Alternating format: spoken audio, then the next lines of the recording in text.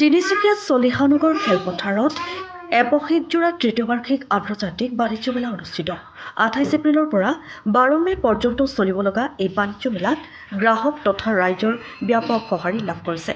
লোকসভা নিৰ্বাচনৰ পিছতে সমগ্ৰ ৰাজ্যৰ লগতে তিনিচুকীয়াতো ৰঙালী বিহুৰ উৎসাহত ৰঙিন হৈ আছে অসমীয়া ৰাইজৰ মন।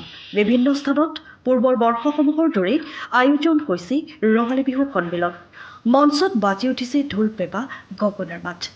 নাচনীৰ নাচ, বিহুৰ বিহুগীত আৰু সাংস্কৃতিক সন্ধিয়াত আমন্ত্ৰিত শিল্পীৰ গীত মাত ৰসাল বাৰ্তালাপে মুখৰিত কৰি তুলিছে প্ৰত্যেকজনৰে মন। তাৰ সমান্তৰালকৈ তিনিচুকীয়াৰ চলিহা নগৰস্থিত বিমলা প্ৰসাদ চলিহা খেলপথাৰত 28 এপ্ৰিলৰ পৰা 12 মে পৰ্যন্ত এপষিকজোৰা তৃতীয় বাৰ্ষিক আন্তৰ্জাতিক বাণিজ্য মেলাৰ অনুষ্ঠিত হৈছে।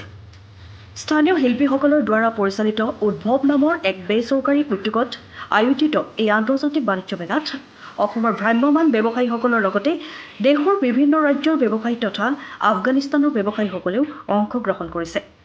গ্ৰাহক তথা ৰাইজৰ ব্যাপক সঁহাৰি লাভ কৰা এই বাণিজ্য মেলাখনত গ্ৰাহকে ক্ৰয় কৰিব পৰাকৈ মুগা, খাদী আদি বস্ত্ৰৰ লগতে বিভিন্ন ধৰণৰ আ-অলংকাৰ, খাদ্য সামগ্ৰী তথা নিত্য নৈমিত্তিক ব্যৱহাৰযোগ্য সামগ্ৰী উপলব্ধ থকাৰ কথা উদ্যোক্তা সমিতিয়ে সংবাদ মাধ্যমৰ আগত অৱগত কৰে।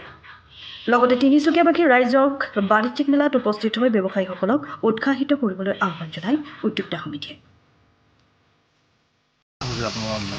আমাৰ যোৱা 28 তাৰিখৰ পৰা আৰম্ভ হৈছে। আমি তিনিচুকীয়াবাসী ৰাইজৰ ভাল সঁহাৰি পাইছোঁ। অহা 12 তাৰিখলৈকে আমাৰ এইখন চলিব।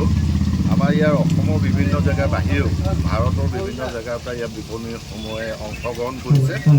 ইয়াত আপোনাৰ বিহাৰ, দিল্লী, আফগানিস্তান, কেলকাতা বহুত জেগাৰ পৰা আহিছে।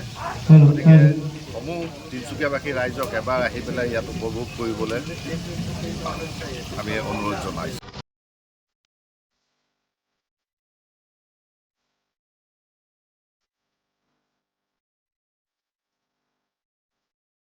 তিনিচুকীয়াৰ পৰা অজয় শৰ্মাৰ ৰিপৰ্ট, টাইম অফ আছাম।